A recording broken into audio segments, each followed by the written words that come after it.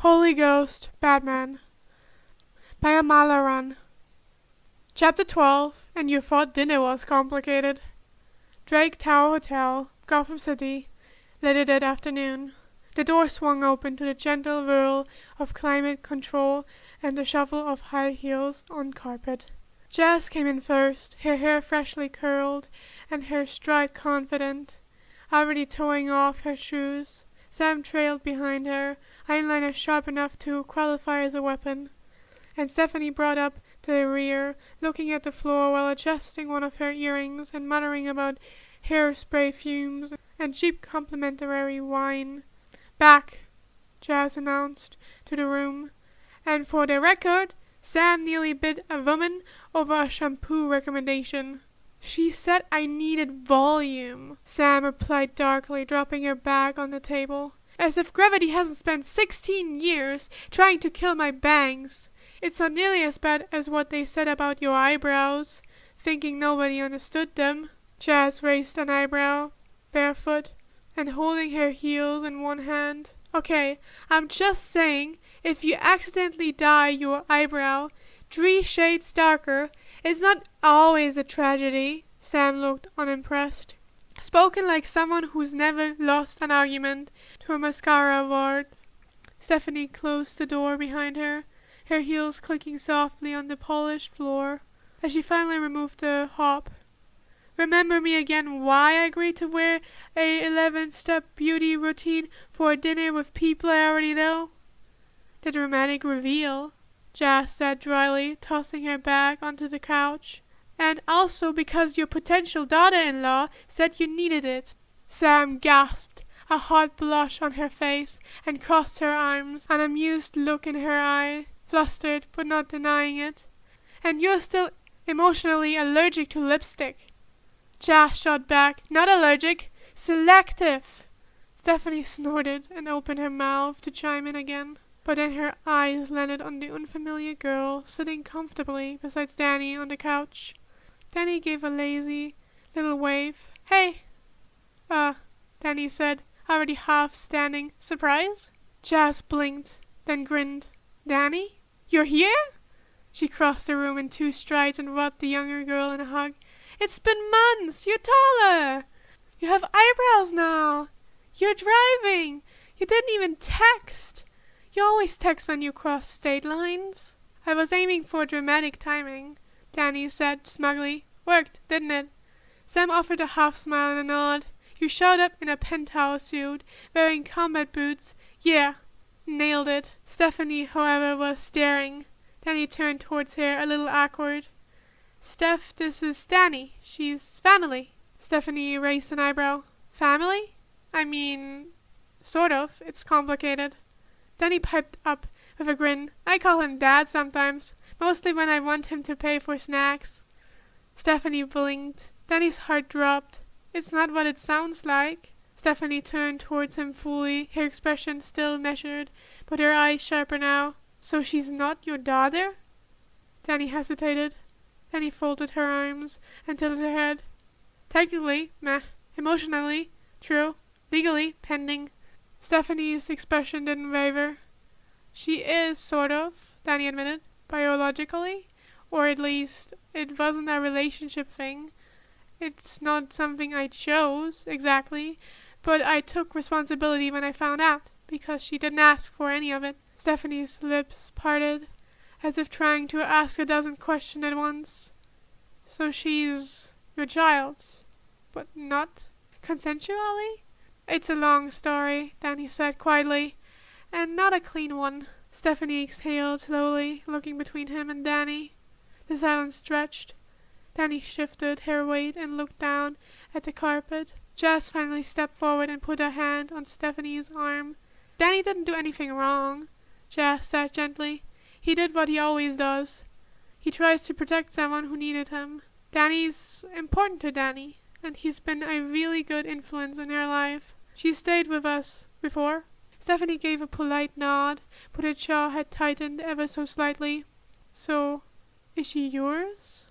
Danny blinked. It's not that simple. Stephanie waited. Danny exhaled. There was someone back home. That master's rich guy, powerful. He had an obsession with my mom, Maddie.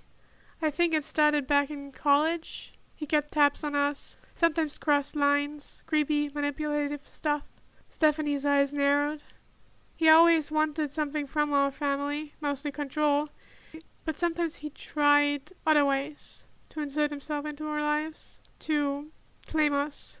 Then he glanced at Danny, then back at Stephanie. I didn't know about her for a long while, but when I found out, it felt like I couldn't just walk away. Stephanie looked like someone had punched her soul. Chaz suddenly caught on and rushed forward. "Oh, no, not like that." Sam groaned softly and dropped her head into her hands. Then he looked between them, confused. "Like what?" Stephanie put a hand over her mouth, eyes shimmering. I should have been there. Stephanie's eyes stayed locked on his. Her voice was tight. "And your parents?" Danny hesitated. "They don't know the full story. Some of it. But Danny and we made our own peace with it." Stephanie gave a tight nod, said nothing, and walked past the girls towards the room. She stopped just before opening it and turned back to Danny. "You should have told me earlier." And he winced. "I didn't know how." Stephanie's gaze flickered to Danny again, who was now busy pretending to play with the string on her couch pillow. And then she turned without another word and walked briskly out into the hallway. The door clicked behind her with a little too much precision. The silence in the room returned with full force. Sam raised both eyebrows. "That went well." Then he flopped back onto the couch with a sigh. "Yeah, that went great." Sam ran a hand through her hair. "She will calm down. She's just overwhelmed," Chaz added. "This is a lot in one day. Hell, it's a lot in 1 year." Then he sat down next to Danny, hands clasped between his knees. "I wasn't trying to hide you. I didn't have the words.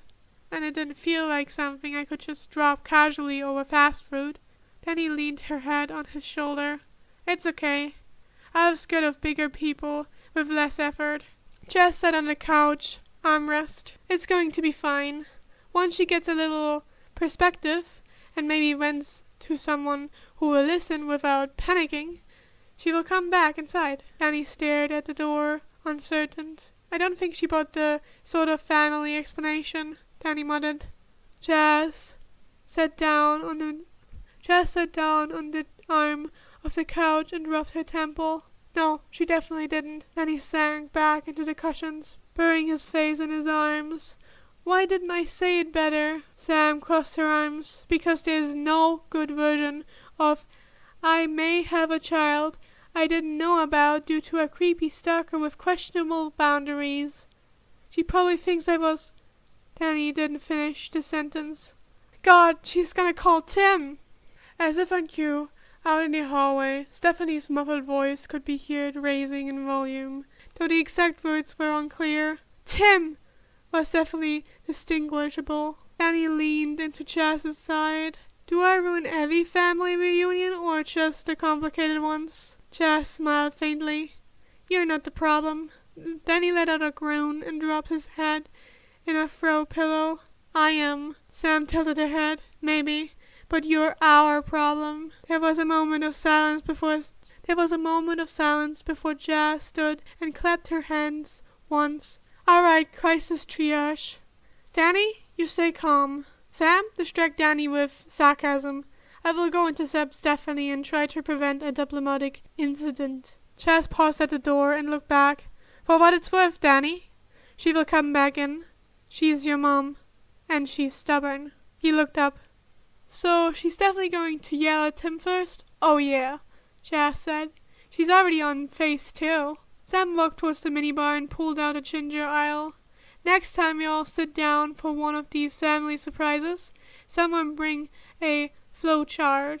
Chaz nodded. "With definitions." Then she opened the door and stepped into the hallway. Then he flopped backwards onto the couch with a groan. "I hate Gotham." Danny smiled and nudged him with her foot. "Too bad. Apparently Gotham likes you." Sam sat on the window ledge, arms crossed. "If it makes you feel better, This is way less awkward than the time Chas tried to explain your family to her chemistry desk mate.